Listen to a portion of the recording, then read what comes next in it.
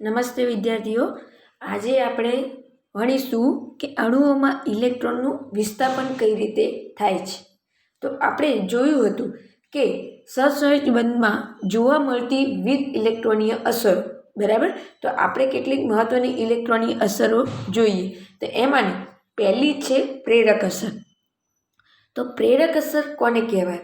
ફરી હું એકવાર કહી દઉં કે જે ધ્રુવીય સહસંયોજક બંધની હાજરીના કારણે જે કાર્બનની શૃંખલામાં નજીકના બંધના ઇલેક્ટ્રોન વિસ્થાપનની પ્રક્રિયા એટલે એને ધ્રુવીયતા અથવા તો પ્રેરક અસર કહેવાય, અને ઇંગ્લિશમાં એને કહેવાશે ઇન્ડક્ટેડ ઇફેક્ટ, બરાબર. તો આમાં શું હોય કે બે સમાન વિદ્યુત ઋણતા ધરાવતા પરમાણુ, જેમ કે ઇથેનમાં બે કાર્બન પરમાણુ વચ્ચે ઉપસ્થિત સહસંયોજક બંધની ધ્રુવીયતા હોતી નથી. એટલે યાદ રાખો કે કાર્બનિક પદાર્થોમાં ધ્રુવીયતા હોતી નથી, પરંતુ જ્યારે એની સાથે ક્લોરીન, આયોડીન અને બ્રોમિન જેવા પદાર્થો સહસંયોજક બંધથી જોડાય ત્યારે તેમનામાં શું ઉત્પન્ન થાય છે? તો ક્લોરીનના ઋણ વીજભારના કારણે એમાંનામાં શું ઉત્પન્ન થાય? ધ્રુવીયતા.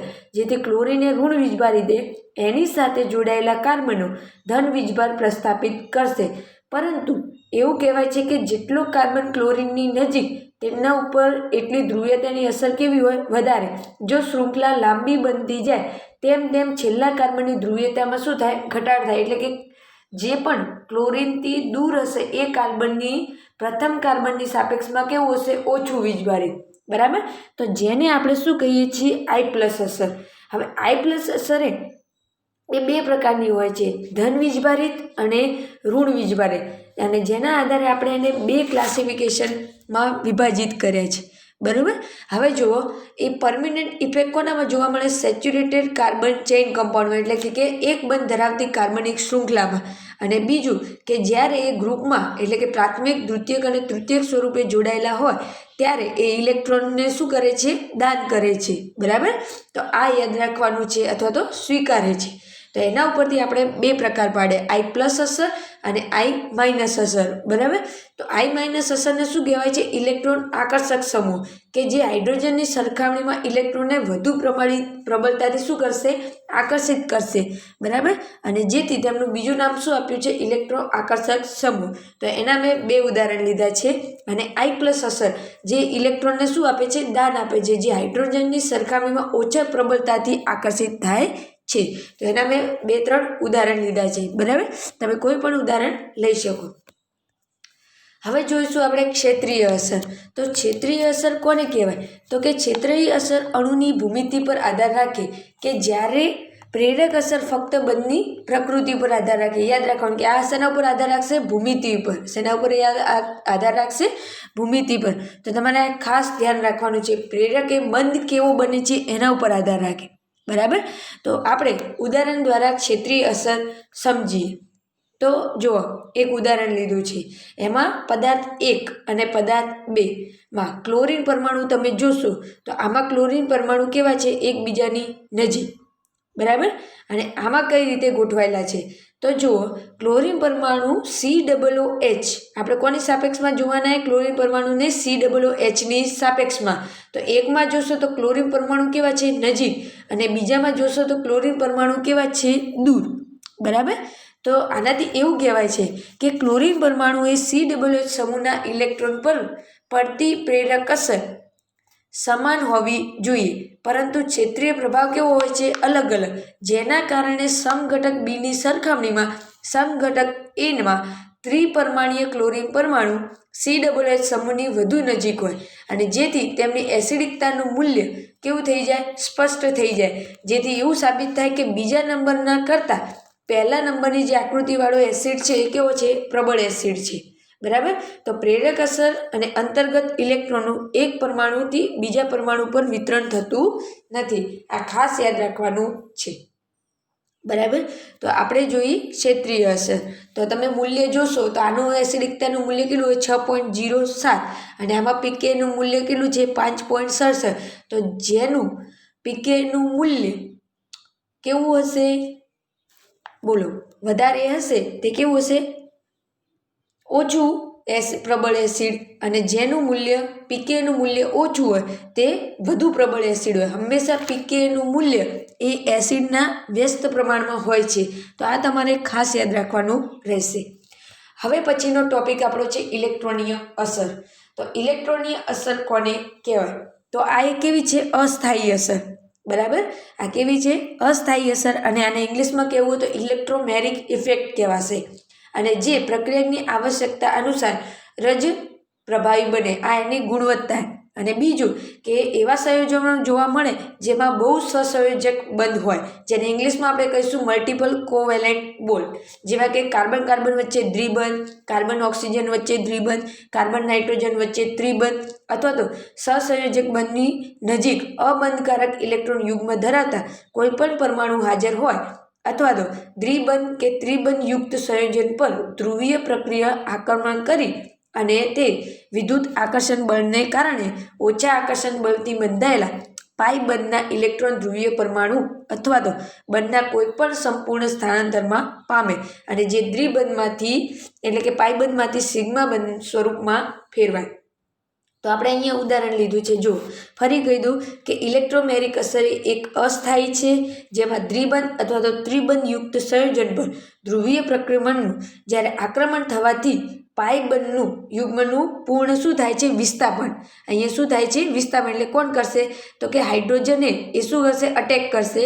કારણ કે આપણને ખબર છે કે કાર્બન હોય એમના ઉપર કોઈ વીજભાર હોતો નથી, એ અધ્રુવીય અથવા તો નોન પોલર હોય છે.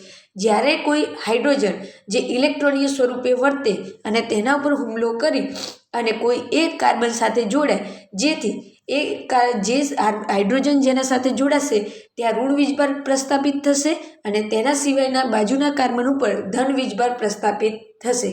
બરાબર, જેથી ઇલેક્ટ્રોમેરિક ઇફેક્ટને કેપિટલ E તરીકે દર્શાવવામાં આવે અને તે બે પ્રકારની હોય છે. એટલે કે એના પ્રકાર બે, એક E+ અને E-. તો હવે જોઈએ આપણે પ્લસ અસર કોને કહેવાય અને માઇનસ અસર કોને કહેવાય. તો આપણે ઇલેક્ટ્રોમેરિક અસર તો જોઈ લીધી.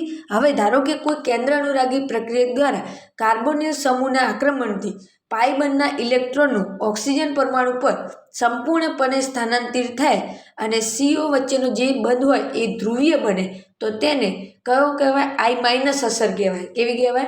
I-.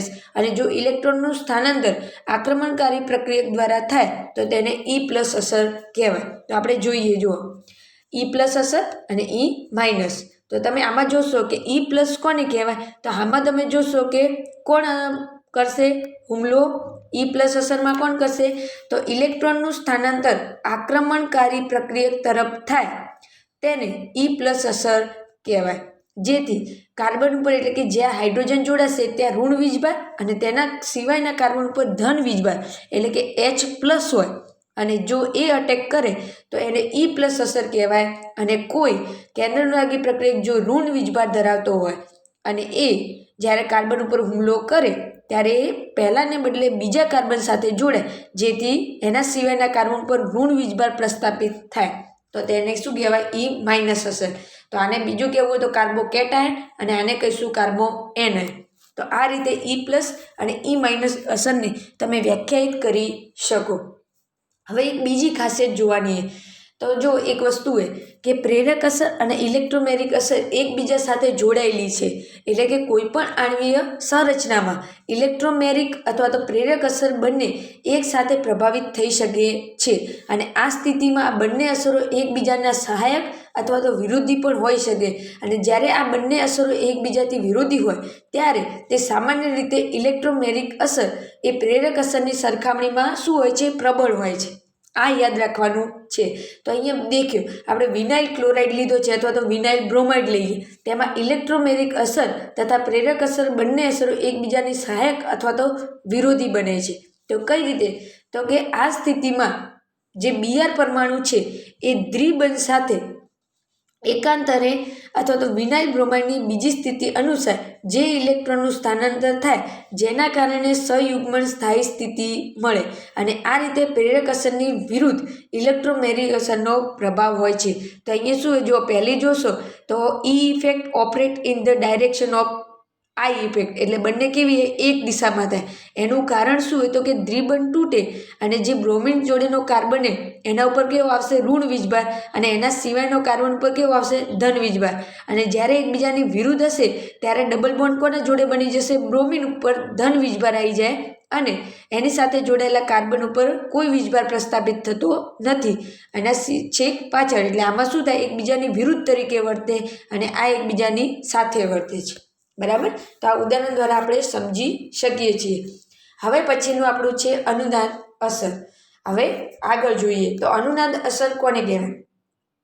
તો કે કોઈપણ કાર્બનિક સંયોજનનું સામાન્ય સૂત્ર દ્વારા સંરચનામાં ઇલેક્ટ્રોન વિતરણ ઉપર ઘણી રીતે દર્શાવવામાં આવે અને ઇલેક્ટ્રોન એ ખૂબ જ તીવ્રતાથી આણ્વીય સંરચનામાં ગતિશીલ રહે છે અને કોઈપણ એક સામાન્ય સંરચના તેમની સ્થિતિ દર્શાવવા માટે ઉપયોગમાં લેવાતી નથી અને જેથી કાર્બન ડાયોક્સાઇડ જેવા અણુઓના ગુણધર્મો સમજાવવા માટે પૂરતી હોતી નથી. કેમ?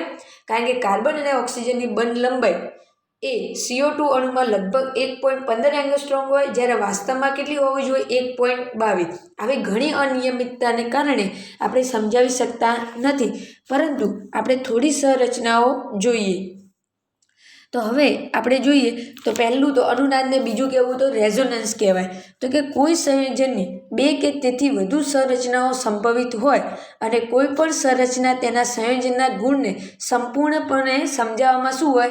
અસમર્થ. અને આ સ્થિતિમાં વાસ્તવિક સંરચના તે બધી જ સંરચનાઓ કે જે તે સંયોજનની વાસ્તવિક આણ્વીય સંરચનાને નિરૂપણ કરવામાં પોતાનો ફાળો આપે તો તેને શું કહેવાય? અનુનાદીય સંરચના, અથવા તો તમે એને રેઝોનેન્સિંગ સ્ટ્રક્ચર પણ કહી શકો. અને કાર્બનિક સંયોજનમાં આ ગુણને અનુનાદ અથવા તો મેસોમેરિક અસર તરીકે પણ ઓળખીએ છીએ. બરાબર. અને બીજું કહેવું હોય તો એમને શું કહી શકો? સંકરણ અવસ્થાઓ, કે જેમાં શું થશે? બંધ બનશે કે બંધ તૂટશે નહીં, ફક્ત ને ફક્ત પાઈ બંધનું શું થશે? સ્થાનાંતર જ થશે, જેથી આપણે એને અનુનાદ અસર કહીએ છીએ. હવે અનુનાદ અસર કઈ રીતે ઉદ્ભવે છે તેના થોડા નિયમો જોઈએ. આપણે મેસોમેરિક ઇફેક્ટ પછી બાદમાં વાત કરીએ. બરાબર. તો અનુનાદનો નિયમ, તો અનુનાદનો નિયમ શું કહે છે? પહેલો આપણે ક્રમશઃ 8 નિયમો છે એ પ્રમાણે જોઈએ. તો એમાં કહેવાય કે અનુનાદમાં જે પાઈ ઇલેક્ટ્રોનના કારણે અથવા તો એકાકી ઇલેક્ટ્રોનના સ્થાન પરિવર્તનના કારણે અનુનાદ સંરચનાઓ સંભવી શકે. જેમ કે ઉદાહરણમાં આપણે સાયક્લોપ્રોપેન કેટાયન લીધું, તો એમાં ક્રમશઃ અનુનાદ ઘટના કેટલી ઉદ્ભવી શકી? 3, કે જેમાં પાઈ બંધનું 3 વખત સ્થાનાંતર થઈ શકે. એનું કારણ કે એના અંદર 3 કાર્બન જ હાજર છે. પછી એનું બીજું કે બધી જ અનુનાદિત સંરચનાઓમાં ઇલેક્ટ્રોનની સંખ્યા કેવી હોય છે? સમાન. અર્થાત અનુનાદમાં કોઈ પણ બંધ તૂટતો નથી, પરંતુ ઇલેક્ટ્રોન યુગ્મની સ્થિતિ જુદી જુદી હોય છે. તો તમે આમાં ઇથિલિન અણુનું જોશો તો અનુનાદમાં સંરચનામાં કોઈ ફાળો હોતો નથી. હવે બીજું જોઈએ તો કે બધી જ અનુનાદી સંરચનાઓ ને શું કહેવાય છે? અનુનાદી સંકર સંરચનાઓ, કે જે એક સાથે પોતાનો ભાગ ભજવી શકતી નથી અને જેથી અનુનાદી એ અધ્રુવીય સંરચના વધુ સ્થાયી હોય છે અને તથા ઓછી સ્થાયી વધુ ધ્રુવીય સંરચનાઓની સરખામણીમાં અનુનાદી સંકરણમાં ફાળો લે છે. તો અહીં મેં 1,3-બ્યુટાડાઇનનું ઉદાહરણ આપ્યું છે. બરાબર, જેમાં 2 અનુનાદી સંરચનાઓ ઉદ્ભવે છે. આપણો ચોથો નિયમ છે કે અનુનાદી સંકર સંરચના તેને અનુરૂપ તેમાં ફાળો આપતી બધી જ સંરચનાઓ કરતાં વધુ સ્થાયી હોય છે. એના પછી જોઈએ 5મો નિયમ કે અનુનાદીય સંરચનાઓ કે જેમાં વીજભાર જોવા મળે ની સરખામણીમાં અધ્રુવીય સંરચનાઓ એ કેવી હોય છે? વધુ સ્થાયી. બરાબર. પછી 6થા નંબરનું જોઈએ તો કે આણ્વીય સંરચના દ્વારા કે જેટલી વધુ અનુનાદી સંરચનાઓ મળે તેટલું સ્થાયિત્વ કેવું વધારે, એટલે કે જેની બેન્ઝીન રિંગો જેમ કે બેન્ઝીનની 5 મળે અથવા તો ટોલ્યુની એના કરતાં વધારે મળે તો એ વધુ સ્થાયી કહેવાય. બરાબર. પછી જોઈએ આપણે કે જ્યારે અનુનાદીય સંરચનામાં ભિન્ન ભિન્ન વિદ્યુત ઋણતા ધરાવતા પરમાણુ હોય તો અનુનાદીય સંકરમાં તે અનુનાદીય સંરચનાનો ફાળો કેવો હોય? વધારે, કે જેમાં વધુ વિદ્યુત ઋણ પરમાણુ પણ ઋણ વીજભાર હાજર હોય છે. બરાબર. તો આપણે ખાસ યાદ રાખવાનું છે.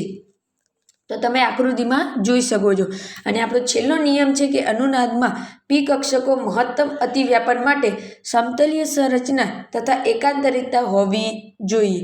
તો અહીં આપણા અનુનાદ થવા માટેના નિયમોનું પાલન થાય તો જ કોઈ પણ બંધારણ પોતાનું અનુનાદીય સ્ટ્રક્ચર ધરાવી શકે. હવે આપણે જોઈશું અનુનાદ કે મેસોમેરિકનો પ્રભાવ, કારણ કે બંને એક જ જેવી ઘટનાઓ છે. તો જુઓ કે અનુનાદ ઇલેક્ટ્રોનના સ્થાનાંતરના કારણે ઉત્પન્ન થતો ગુણ એ પ્રકારનો છે કે ઇલેક્ટ્રોનના સ્થાનાંતર પ્રભાવને અનુનાદી પ્રભાવ કે મેસોમેરિક પ્રભાવ કહેવાય છે અને જેને કેપિટલ આર કે એમ દ્વારા દર્શાવવામાં આવે છે અને આ કેવી છે એકદમ સ્થાયી અસર છે અને એના મુખ્ય બે પ્રકાર છે એક પ્લસ અસર અને એક માઇનસ અસર બરાબર તો આપણે પહેલી જોઈએ પોઝિટિવ રેઝોનન્સ અથવા તો મેસોમેરિક ઇફેક્ટ તો કોને કહીશું આપણે એમ માઇનસ અને એમ પ્લસ અથવા તો આર પ્લસ અને આર માઇનસ તો આપણે પ્લસવાળી જોઈએ તો એમાં ઉદાહરણ છે જો OH NH2OR અને Br જેવા સમૂહ કે જે દ્વિબંધ સાથે સહયુગ્મનમાં હોય ત્યારે આ પ્રકારના સમૂહમાં દ્વિબંધમાં ઇલેક્ટ્રોન યુગ્મ આ શું કરશે આપશે એટલે શું કરશે ઇલેક્ટ્રોન આપશે જેથી સહયુગ્મી દ્વિબંધોમાં ઋણ વીજભારનું અધિક્ય પાઈ ઇલેક્ટ્રોન દ્વારા શું થશે સ્થાનાંતર અને જેથી તેમને I પ્લસ આર પ્લસ અથવા એમ પ્લસ અસર કહેવામાં આવે તમે કોઈ પણ ઉદાહરણ લઈ શકો બીજું કે ધન વીજભારમાં પાયબંધ દ્વારા સ્થાનાંતરિત થાય તો તેને શું કહેવાય આર માઇનસ અને જો ઋણ વીજભાર દ્વારા થાય તો એને આર પ્લસ કહેવાય તો આમાં કોના દ્વારા થાય છે જુઓ આ જે આપણે એમાઇન લીધું છે એમાં ઋણ વીજભારનું સ્થાનાંતર થાય જેથી તેને એમ પ્લસ અથવા તો આર પ્લસ અસર કહેવાય છે હવે આપણે એનો બીજો પ્રકાર જોઈએ તો આપણો બીજો પ્રકાર કયો છે આર માઇનસ બરાબર તો એના પ્રકારમાં નીચે આપેલી છે ઇફેક્ટ કે કોના કોનામાં જોવા મળે તો એમ માઇનસ કોનામાં જોવા મળશે તો NO2 C++N સમૂહ દ્વિબંધ કે સહયુગ્મન અવસ્થામાં હોય અને તેમાં જે પાયબંધના ઇલેક્ટ્રોન હોય એ ધન વીજભાર દ્વારા ઉત્પન્ન થાય તો તેને આપણે કઈ કહીશું આર માઇનસ અસર બરાબર હવે આપણે કેટલાક કાર્બનિક અણુમાં રેઝોનન્સ સ્ટ્રક્ચર જોઈએ તો એમાં પહેલું છે નાઇટ્રોબેન્ઝીન તો નાઇટ્રોબેન્ઝીનમાં જો ઋણ વીજભાર દ્વારા થતું હોય તો એને કયું કહીશું આર પ્લસ ઋણ વીજભાર દ્વારા થાય તો એને શું કહીશું આર પ્લસ એમ પ્લસ અસર અને જો આપણે ધન વીજભાર દ્વારા થતું હોય તો એને શું કહીશું આપણે બોલો ધન વીજભાર દ્વારા થાય તો આર માઇનસ એમ માઇનસ કહીશું તો ક્લોરોબેન્ઝીન એ ઉદાહરણ કોનું છે આપણે લઈશું આર માઇનસનું બરાબર અને આ કોનું લીધું છે આર પ્લસનું તમે ગમે તે ઉદાહરણ લઈ શકો નાઇટ્રોબેન્ઝીનમાં ધન વીજભારની જગ્યાએ અહીંયા ઋણ વીજભાર દર્શાવશો તો એ આર પ્લસ તરીકે વળશે અને અહીંયા જો ઋણ વીજભારની જગ્યાએ ધન વીજભાર દર્શાવશો તો આર માઇનસ દ્વારા કોઈ પણ ઉદાહરણ તમે લઈ શકો એક્ઝામમાં આપણે કોઈ પણ બે ઉદાહરણ લેવાના આવશે હવે પછીની આપણી થિયરી જોઈશું હાઇપર કોન્જ્યુગેશન જેને ગુજરાતીમાં કહીએ આપણે અતિપર સહયુગ્મન તો જો આ અસર મુખ્યત્વે આલ્કિલ સમૂહની હાજરીના કારણે થાય અને જે આલ્કિલ સમૂહ બેન્ઝીન પર જો ગોઠવાયેલા હોય તો નીચે મુજબ તેમને ચડતા ક્રમમાં ગોઠવાય એટલે I પ્લસ અસર દર્શાવે છે પરંતુ પ્રયોગોથી એવું સાબિત થયું કે ક્રિયાશીલ સમૂહનો ઉપરોક્ત ક્રમ એ વિરુદ્ધ દિશાનો હોય છે જેથી તેમને વ્યાખ્યાયિત કરવા માટે આપણે હાઇપર કોન્જ્યુગેશનનું નિર્માણ થયું અને જે અનુસાર કોઈ ગોઠવણીમાં દ્વિબંધને આલ્ફા સ્થિતિમાં હાઇડ્રોજન પરમાણુ પર હાજર હોય તો તે પોતાના કાર્બન અને હાઇડ્રોજન બંધના ઇલેક્ટ્રોન આપી અને પોતાનું અનુનાદન ઉત્પન્ન કરે અને કાર્બન અને હાઇડ્રોજન બંધ એ સિગ્મા બંધના ઇલેક્ટ્રોનના સ્થાનાંતરના નજીકના કાર્બનના જે દ્વિબંધ હોય તેમાંના પાઇબંધ કક્ષકો સાથે શું કરશે આદ્યરોપણ અને દ્વિબંધ પણ થઈ જાય જેથી તેને આપણે વિષમ સહસંયોજક અનુનાદ અથવા તો બંધ રહિત અનુનાદ પણ કહીએ છીએ હવે જો આપણે બે આલ્ફા હાઇડ્રોજન પરમાણુઓ 6 તથા 3 આલ્ફા હાઇડ્રોજન પરમાણુ 9 અતિપર સહયુગ્મનની રચનાઓ બનશે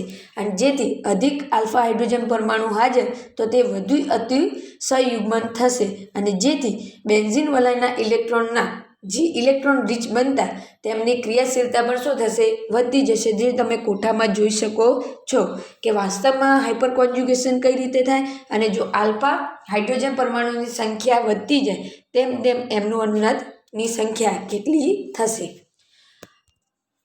હવે આપણે જોઈએ અતિપર સહયુગ્મનની ઉપયોગિતા તો કે ભૌતિક રસાયણના અનુસાર કોઈપણ વીજભારિત કણનું સ્થાયિત્વ એ વીજભારના વિતરણ થવાથી વધી જાય છે અને એવું કોઈ પણ કારણ કે જેમાં કાર્બોનિયમ આયનના ઇલેક્ટ્રોન એ ઉણપવાળા કાર્બન પરમાણુના ધન વીજભારને સંપૂર્ણ આયન પર વિસ્તરિત કરી દે તો કાર્બોનિયમ આયનને સ્થાયિત્વ શું થાય પ્રદાન કરે જેમ કે આપણે ઉદાહરણ લઈએ કે કોઈ ઇલેક્ટ્રોન મુક્ત કરનારને આપણે દાતા સમૂહ કહીએ છીએ અને જે આલ્કિલ સમૂહના કાર્બોનિયમ આયનના ઇલેક્ટ્રોન ઉણપવાળા કાર્બન પરમાણુ, જેને આપણે ધન વીજભારિત કાર્બન કહીએ, જો એની સાથે જોડાયેલા હોય તો ઇલેક્ટ્રોન આપવાની ક્ષમતાના કારણે આ સમૂહને કાર્બોનિયમ આયનના ધન વીજભારમાં શું કરે? ઘટાડો. બીજું કે કાર્બન પરમાણુ પરના ધન વીજભાર ઇલેક્ટ્રોન દાતા સમૂહને શું કરે છે? વિસ્તારીકૃત. આમ કાર્બોનિયમ આયનના સ્થાયિત્વમાં શું કરે? વધારો. તો આપણે ક્રમશઃ જોઈએ તો પહેલું છે આલ્કાઇલ સમૂહમાં ઓર્થોપેરા નિર્દેશક અસર. જો બેન્ઝીન વલય સાથે આલ્કાઇલ સમૂહ જોડાયેલો હોય ત્યારે હવે આલ્કાઇલ સમૂહ તરીકે મિથાઇલ, ઇથાઇલ, પ્રોપેન કોઈ પણ હોઈ શકે અથવા તો પ્રાથમિક, દ્વિતીયક અને તૃતીયક, જેમાં આલ્કાઇલ સમૂહની આલ્ફા સ્થિતિમાં હાઇડ્રોજન પરમાણુ આવેલા હોય તથા તેને અનુરૂપ અતિસહયુગ્મનના કારણે જે બનતી અનુનાદીય સંરચનાઓ આપેલી છે, જેમાં તમને જોવા મળશે કે બેન્ઝીન વલય સાથે જોડાયેલા આલ્કાઇલ સમૂહ નવા દાખલ થતા ઇલેક્ટ્રો અનુરાગી પ્રક્રિયા સ્થાનમાં જોડાય. કયા? ઓર્થો અને પેરા સ્થાનમાં.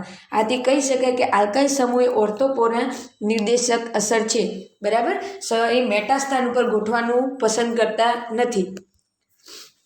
આપણે બીજો જોઈએ કે કાર્બોનિયમ આયનનું સ્થાયિત્વ કઈ રીતે નક્કી થાય? તો કાર્બોનિયમ આયનનું સ્થાયિત્વ પણ અતિ પરસહયુગ્મન દ્વારા સમજાવી શકાય છે અને તેઓ જાણીતું એ રીતે છે કે તૃતીય કાર્બોનિયમ આયન એ દ્વિતીયક તથા પ્રાથમિક કાર્બોનિયમ આયનની સરખામણીમાં કેવા હોય છે? વધુ સ્થાયી.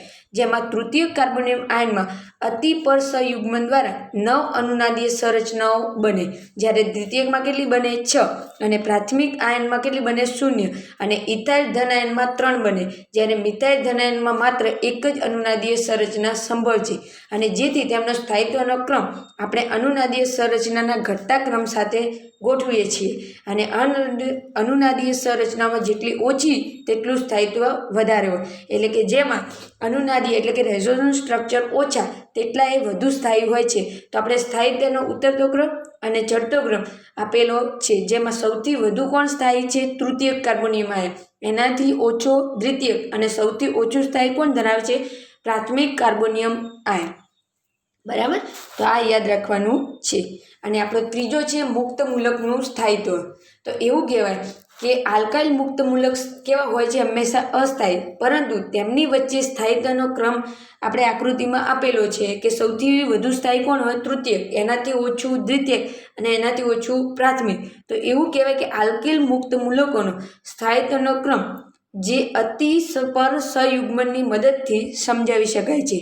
અને આલ્કિલ મુક્ત મૂલકોમાં જે કાર્બન પર અયુગ્મિત ઇલેક્ટ્રોન હાજર હોય તેના ઉપર એક અર્ધપૂર્ણ કક્ષક બને અને જે તમને અસ્થાયી બનાવે. અને જેથી અતિપરસહયુગ્મન ક્રિયાવિધિમાં અર્ધપૂર્ણ કક્ષક ભરાયેલા હોય અને કક્ષક થયા વગર ભિન્ન ભિન્ન ઘણા હાઇપર કોન્જ્યુગેશનના શું આપે છે? સ્ટ્રક્ચરો. અને જેનાથી મુક્ત મૂલક થોડું શું પ્રાપ્ત કરે? સ્થાયિત્વ. અને જેથી એ તૃતીયક આલ્કાઇલમાં 9 અને જે સૌથી વધારે સ્થાયી હોય છે, જ્યારે દ્વિતીયકમાં કેટલા જોવા મળે? 6, જે તેનાથી ઓછું હોય. અને જ્યારે પ્રાથમિક હોય એમાં 3 સંરચના જોવા મળે, જેનાથી આપણે સાબિત કરી શકીએ કે પ્રાથમિક કરતાં તૃતીયક વધારે સ્થાયી હોય છે. બરાબર. તો આ રીતે આપણે હાઇપર કોન્જ્યુગેશન થિયરીનો ઉપયોગ કરી અને જુદા જુદા પરમાણુની સ્થાયિત્વને નક્કી કરી શકીએ છીએ અને જેથી સાબિત થાય કે તૃતીયક આલ્કાઇલમાં મુક્ત મૂલકોના અવકાશી અવરોધ પણ તેના સ્થાયિત્વમાં શું કરે છે? વધારો. તો અહીં આપણો યુનિટ પૂરો થાય છે. તો તમને આજે મેં પાર્ટ 1 અને પાર્ટ 2 બંને થિયરીઓ પૂર્ણ કરી અને આપણો યુનિટ અહીં સમાપ્ત થાય છે. Thank you.